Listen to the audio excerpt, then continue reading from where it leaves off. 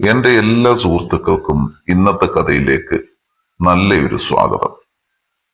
കഥ ആരംഭിക്കാം. എന്റെ പേര് ടോണി. 32 വയസ്സുണ്ട് എനിക്ക്. പണ്ട് മുതലേ സെക്സിനോട് വലിയ താല്പര്യമാണ് എനിക്ക്. എന്നേക്കാൾ മൂത്ത ചേച്ചിമാരോടാണ് എനിക്ക് താല്പര്യം കൂടുതൽ.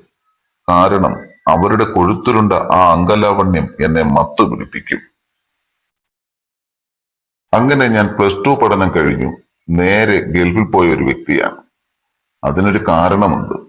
എന്റെ വീട്ടിൽ ഞാൻ, അച്ഛൻ, അമ്മ, ചേച്ചി, അനിയത്തി ആണുള്ളത്. അച്ഛൻ ഒരു ഹോട്ടൽ ജീവനക്കാരനായിരുന്നു. എന്റെ +1 പഠന കാലയളവിലായിരുന്നു അച്ഛന്റെ മരണം. കുറെ കടബാധ്യതകൾ ഉണ്ടായിരുന്നു. പിന്നെ ചേച്ചിയുടെ വിവാഹം നടത്തണം, അനുജത്തിയുടെ പഠിപ്പ്, ഇതെല്ലാം എന്റെ ചുമതലയായി മാറി. അങ്ങനെ ഞാൻ ഗൾഫിലേക്ക് +2 കഴിഞ്ഞ് എന്റെ 19ാമത്തെ വയസ്സിൽ പോയി. അവിടെ ചെന്നാൽ നല്ല ആന്റിമാരെയൊക്കെ കാണാമല്ലോ എന്നായിരുന്നു എന്റെ സ്വപ്നം. എന്നാൽ അതെല്ലാം വെറുതെ ആയിരുന്നു. ഞാൻ പോയത് സൗദിയിലായിരുന്നു. ഒരുവിധം സ്ത്രീകളെല്ലാവരും കറുത്ത പർദ്ദയാണ് അവിടെ ഇടുന്നത്. ഒന്നും കാണാനും പറ്റില്ലായിരുന്നു. ഞാൻ അവിടെ ഒരു ബേക്കറിയിൽ സെയിൽസ്മാനായിട്ടാണ് ജോലി ചെയ്യുന്നത്. 5 വർഷങ്ങൾക്ക് ശേഷം അവിടെ കടയിൽ വന്ന സോമൻ എന്ന ഒരു ചേട്ടനുമായി ഞാൻ പരിചയപ്പെട്ടു. പുള്ളിക്കാരന് അന്നൊരു 45 വയസ്സുണ്ടായിരുന്നു. പരിചയപ്പെട്ടപ്പോഴാണ് അറിഞ്ഞത് ഞങ്ങൾ ഒരു നാട്ടുകാരാണെന്ന്. നാട്ടിൽ എന്റെ വീടും കഴിഞ്ഞ് 20 കിലോമീറ്റർ കഴിഞ്ഞാണ് സോമൻ ചേട്ടന്റെ വീട്. ഞങ്ങൾ നന്നായി അടുത്തു. പുള്ളിക്കാരൻ എന്നെ ഒരുപാട് ഇഷ്ടമായി. പുള്ളിക്കാരനും സെയിൽസ് ഫീൽഡാണ്. എനിക്ക് കമ്പനി താമസം ഉണ്ടായിരുന്നു. പക്ഷെ ഒരുപാട് പേർ താമസം ഉണ്ടായിരുന്നത് കൊണ്ട് ഒരു പ്രൈവസി ഇല്ലായിരുന്നു. അങ്ങനെ പുള്ളിക്കാരൻ എന്നെ അയാളുടെ റൂമിൽ താമസിക്കാൻ ക്ഷണിച്ചു. ഞാൻ അത് സ്വീകരിച്ചു. അവിടെ ഞാനും സോമൻ ചേട്ടനും വേറെ ഒരു ചേട്ടനും മാത്രമേ ഉള്ളൂ. ഞാനും സോമൻ ചേട്ടനും തമ്മിലുള്ള സൗഹൃദ സംഭാഷണം പിന്നീട് സെക്സിനെ പറ്റിയായി. ചേട്ടൻ വിവാഹിതനാണോ? ഞാൻ ചോദിച്ചു. അതേടാ, പക്ഷേ അവളോടത്ര താല്പര്യമൊന്നും എനിക്കില്ല. ചേച്ചിയുടെ പേരെന്താ ഏട്ടാ? പ്രഭ. മക്കളുണ്ടോ? ഒരു മോളുണ്ട്. അങ്ങനെ നാളുകൾ കുറച്ചു കഴിഞ്ഞു. ഞാൻ ഗൾഫിൽ കുറച്ച് കഷ്ടപ്പെട്ടെങ്കിലും ചേച്ചിയുടെയും അനിയത്തിയുടെയും പഠനവും വിവാഹവും നന്നായി തന്നെ ഞാൻ നടത്തി. അങ്ങനെ എനിക്ക് 28 വയസ്സായി. എനിക്ക് നാട്ടിൽ വിവാഹാലോചന നടക്കുന്നു. എനിക്കാണെങ്കിൽ നല്ല കൊഴുത്തുരുണ്ട നല്ല തടിയുള്ള പെണ്ണുങ്ങൾ മതിയെന്നായിരുന്നു ബ്രോക്കറോട് പറഞ്ഞത്. പക്ഷെ അങ്ങനെയുള്ളവർക്ക് എന്റെ സാമ്പത്തിക സ്ഥിതിയും ജോലിയും ഇഷ്ടമായില്ല. ആയതിനാൽ ഞാൻ വേറെ നിവൃത്തിയില്ലാതെ പെൻസില് പോലിരിക്കുന്ന ഒരു സ്കൂൾ ടീച്ചർ പെണ്ണിനെ കെട്ടി. എന്തായാലും പെണ്ണല്ലേ, സ്വയം സമാധാനിച്ചു. അങ്ങനെ അവൾ 1 വർഷത്തിന് ശേഷം ഗർഭിണിയായി. പക്ഷേ എന്റെ മകനെ പ്രസവിച്ച് അവൾ മരിച്ചു. അതെനിക്ക് വല്ലാത്ത ഒരു ഷോക്കായിപ്പോയി. ഇപ്പോൾ എന്റെ കുഞ്ഞിന് 1 വയസ്സായി. അങ്ങനെ ഞാൻ 10 വർഷത്തെ പ്രവാസ ജീവിതം അവസാനിപ്പിച്ചു. ഞാൻ നാട്ടിൽ തിരികെ വന്നു. ആകെയുള്ളത് കൈക്കുഞ്ഞ്. അമ്മയും കൂടിയാണ് കുഞ്ഞിനെ വളർത്തുന്നത്. അത്യാവശ്യം ബാങ്ക് ബാലൻസ് ഒക്കെ ആയിട്ട് ഞാൻ നാട്ടിലൊരു ജോലിക്ക് നോക്കിയിരുന്നു. പലയിടത്തും ശ്രമിച്ചിട്ടും ജോലി കിട്ടിയില്ല. അങ്ങനെയാണ് ഒരു ദിവസം വളരെ അവിചാരിതമായി എന്റെ കൂടെ ഗൾഫിൽ ജോലി ചെയ്തിരുന്ന സോമൻ ചേട്ടൻ നാട്ടിൽ വന്നപ്പോൾ എന്നെ വിളിച്ചത്. റോണി, ഇത് ഞാനാ, സോമൻ. പറകേട്ടാ, ഇപ്പോ എവിടെയുണ്ട്? ഞാൻ നാട്ടിലുണ്ടടാ, നമുക്കൊന്ന് കൂടണ്ടേ? വേണം. എങ്ങനാ അപ്പോൾ കാര്യങ്ങൾ? നീ നാളെ എന്റെ വീട്ടിലേക്ക് പോരെ, ഇവിടെ കൂടാം. ശരി ചേട്ടാ, ഞാൻ പറഞ്ഞു. അങ്ങനെ ഒരു ദിവസം രാവിലെ ഞാൻ സോമൻ ചേട്ടന്റെ വീട് തിരക്കി പിടിച്ചു ചെന്നു. വീടിന്റെ മുറ്റത്ത് തന്നെ സോമൻ ചേട്ടൻ പത്രം വായിച്ചിരിക്കുന്നു.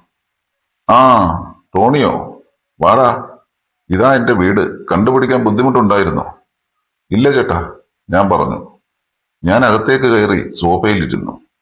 സോഫ വീടിന്റെ ഫ്രണ്ട് ഡോറിന്റെ തൊട്ടടുത്ത് തന്നെയായിരുന്നു. അതായത് ഞാൻ തിരിഞ്ഞു നോക്കിയാൽ മാത്രമേ അകത്ത് കയറി വരാൻ പോകുന്ന ആളെ കാണാൻ സാധിക്കൂ. മോളവിടെ ചേട്ടാ? അവൾ 10-ലല്ലേ, അവൾ ട്യൂഷന് പോയി. വൈഫ് അമ്പലത്തിൽ പോയി, ഇപ്പോ വരും. ഞങ്ങൾ സംസാരിച്ചിരുന്നപ്പോൾ പെട്ടെന്ന് എന്റെ മൂക്കിലേക്ക് നല്ലൊരു വാസന വന്നു. നല്ല മുല്ലപ്പൂവിന്റെ മണം. ഞാൻ തിരിഞ്ഞു നോക്കി. എന്റെ കണ്ണ് തള്ളിപ്പോയി. ഒരു വെള്ള സാരിയും ചുവന്ന ബ്ലൗസും ഒക്കെ എടുത്ത് തടിച്ചു കൊഴുത്ത ഒരു പെണ്ണ് വാതിൽപ്പടി കടന്നു വരുന്നു. നീ കണ്ടില്ലല്ലോ? ഇതാണ് എന്റെ ഭാര്യ പ്രഭ. ഞാൻ അവരെ ഒന്ന് നോക്കി ചിരിക്കാൻ പോലും ഒരു നിമിഷം ഞാൻ മറന്നുപോയി. എന്റെ ശരീരത്തിലെ പഞ്ചേന്ദ്രിയങ്ങൾ കണ്ണൊഴികെ എല്ലാം നിശ്ചലമായി പോയി. പെട്ടെന്നാണ് സോമൻ ചേട്ടൻ എന്നെ വിളിച്ചത്. ഡാ ടോണി. ആ ചേട്ടാ, നീ എന്താ സ്വപ്നം കാണുകയാണോ? ഞാൻ പ്രഭ ചേച്ചിയെ നോക്കി ചിരിച്ചു. ചേച്ചി തിരിച്ചും ചിരിച്ചു. ഓ, എന്താ സാധനം! ഈ സോമൻ ചേട്ടന്റെ ഒരു ഭാഗ്യം. ഞാൻ ആലോചിച്ചു. ചേട്ടൻ പറഞ്ഞു, നീ ചായ എടുത്തോണ്ട് വാ. ചേച്ചി ചായ എടുക്കാനായിട്ട് അടുക്കളയിലേക്ക് പോയി. അല്പം കഴിഞ്ഞ് ചേച്ചി ചായ കൊണ്ടുവന്നു. സാരി ചുറ്റി വയറിന്റെ താഴേക്ക് കുത്തി വെച്ചേക്കുന്നു. ചായ കൊണ്ട് എന്റെ അടുത്ത് വെച്ച് ചേച്ചി അടുത്തേക്ക് വന്നപ്പോൾ വാടിത്തുടങ്ങിയ മുല്ലപ്പൂവിന്റെ മണവും നടന്നു വന്നപ്പോൾ ഉണ്ടായ വിയർപ്പിന്റെ മണവും കൂടി കലർന്ന ഒരു പ്രത്യേകതരം സുഗന്ധം എന്റെ മൂക്കിൽ നിന്നും തലച്ചോറിലേക്ക് ഇരച്ചു കയറി. ഞാൻ ചായ കുടിച്ച് കഴിയും വരെ ചേച്ചിയെ നോക്കിയിരുന്നു. അപ്പോൾ സോമൻ ചേട്ടന് ഒരു കോൾ വന്നു. പുറത്തേക്ക് പോയി. ഞാൻ ചേച്ചിയോട് സംസാരിച്ചു. ചേച്ചി എന്നും അമ്പലത്തിൽ പോകുമോ? ഓ ഇല്ല, വല്ലപ്പോഴും, ആഴ്ചയിൽ ഒരിക്കൽ പോകും. റോണിയോ?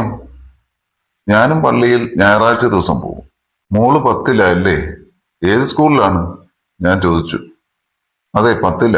ഇവിടെ അടുത്ത് ഒരു ഗവൺമെന്റ് സ്കൂളാണ്. അങ്ങനെ ഞാനും ചേച്ചിയുമായി കുശലം പറഞ്ഞ് കുറച്ചു നേരം ഇരുന്നു. ആ സമയം കറണ്ട് ഇല്ലായിരുന്നു. അതിനാൽ ഹാളിൽ ഫാനില്ല. ഞാനൊരു മാഗസിൻ എടുത്ത് വീശി.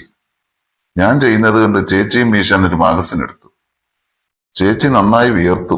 ഞാൻ പറഞ്ഞു, അതെ, ഞാൻ നടന്നാണ് അമ്പലത്തിൽ പോകുന്നത്. ഇവിടെ വന്നിട്ട് ഇപ്പോഴാണെന്ന് ഇരുന്നത്. ചേച്ചിയുടെ ചെവിക്കും കവിളിനും ഇടയിലായി മുടിയിഴകൾ വിയർപ്പിനാൽ ഒട്ടിയിരിക്കുന്നു.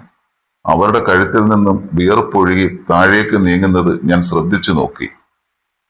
അത് മാറിലെത്തിയപ്പോൾ സാരി മറവിൽ കാണാൻ പറ്റാതെയായി.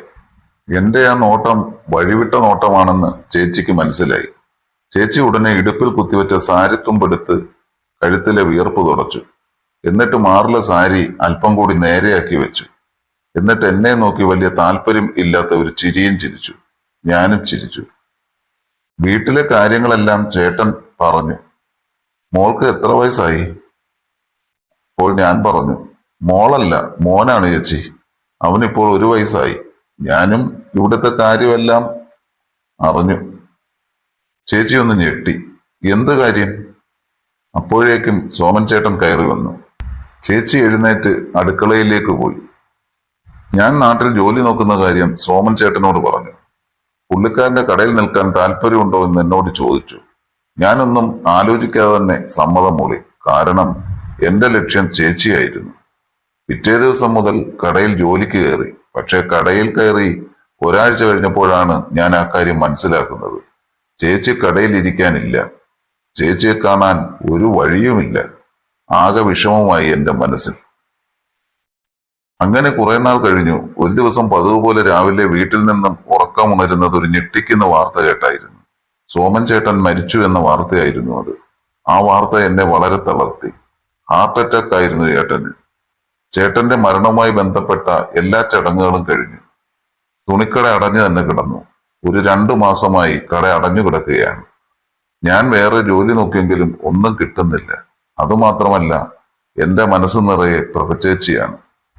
അങ്ങനെ 2 മാസങ്ങൾക്ക് ശേഷം ഞാൻ പ്രഭചേച്ചി വിഷമിച്ചിരിക്കുകയല്ലേ, ഒന്ന് ആശ്വസിപ്പിക്കാം എന്ന് കരുതി അവിടം വരെ ചെന്നു. അവരുടെ വീട്ടിലെത്തിയ ഞാൻ കോളിംഗ് ബെല്ലടിച്ചു. ചേച്ചി കതക് തുറന്നു.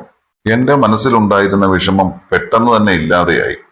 ഒരു കറുത്ത ബ്ലൗസിൽ ഒരു പഴയ വെള്ളസാരിയാണ് ചേച്ചിയുടെ വേഷം.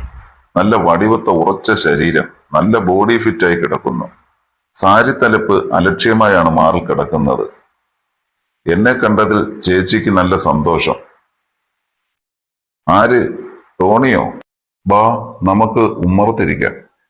ഞങ്ങൾ 2 പേരും കൂടി ഉമ്മറത്തേക്ക് നടന്നു. ഉമ്മറത്ത് ചെന്ന് ആ കസേരയിലേക്ക് ചേച്ചി ഇരുന്നപ്പോൾ ചേച്ചിയുടെ ആ വലിയ നിതംബങ്ങൾ സ്പോഞ്ച് പോലെ കസേരയിൽ പതിഞ്ഞു. ചേച്ചിയെ എങ്ങനെയെങ്കിലും ഒന്ന് ചെയ്യണം.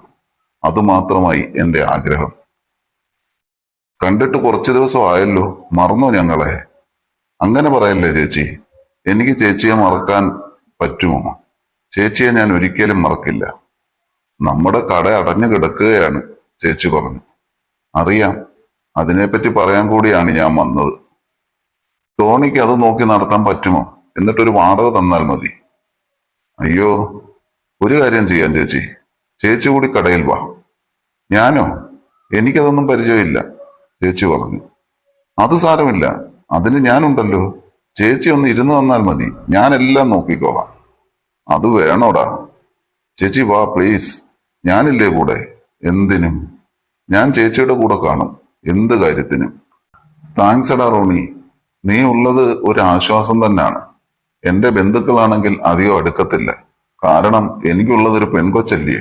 അതിനാൽ അവളുടെ ഭാവി പഠനം, കല്യാണം അവരുടെ തലയിലാകുമോ എന്നുള്ള ഒരു ഭയം അവർക്കുണ്ട്. ചേച്ചി ഇനി ഒന്നുകൊണ്ടും പേടിക്കണ്ട. ഇനി ഞാനുണ്ട് ചേച്ചിക്ക്. ചേച്ചിക്ക് സന്തോഷമായി. എനിക്ക് ചായ എടുക്കാൻ വേണ്ടി ചേച്ചി കസേരയിൽ നിന്നും എഴുന്നേറ്റു. കൈകൾ കസേരയിൽ പിടിച്ചെഴുന്നേറ്റപ്പോൾ ആ സാരി വലിഞ്ഞു മാറി. അതെല്ലാം കൂടി കണ്ടപ്പോൾ എനിക്കാകെ നിയന്ത്രണം വിടുവെന്ന് തോന്നി. ചേച്ചി പറഞ്ഞു, എടാ റോണി, ഈ റൂമിലെ ഫാൻ കറങ്ങുമ്പോൾ നല്ല സൗണ്ട് ഉണ്ട്. ഇത് ശരിയാക്കാൻ ആരെങ്കിലും കിട്ടുമോ? അത് കുറച്ച് എണ്ണ ഇട്ട് കൊടുത്താൽ മതി ചേച്ചി. അല്ലാതെ വേറെ പണിക്കാരൊന്നും വേണ്ട. നിനക്കറിയാമോ? ആ, ഞാൻ ചെയ്യാം. കുറച്ച് ഉയരത്തിലാണല്ലോ. ഏണിയുണ്ടോ ചേച്ചി? ഇല്ലടാ, കസേര മതിയോ? ആ മതി. ഇത് കുറച്ച് പഴയ കസേരയാണല്ലോ.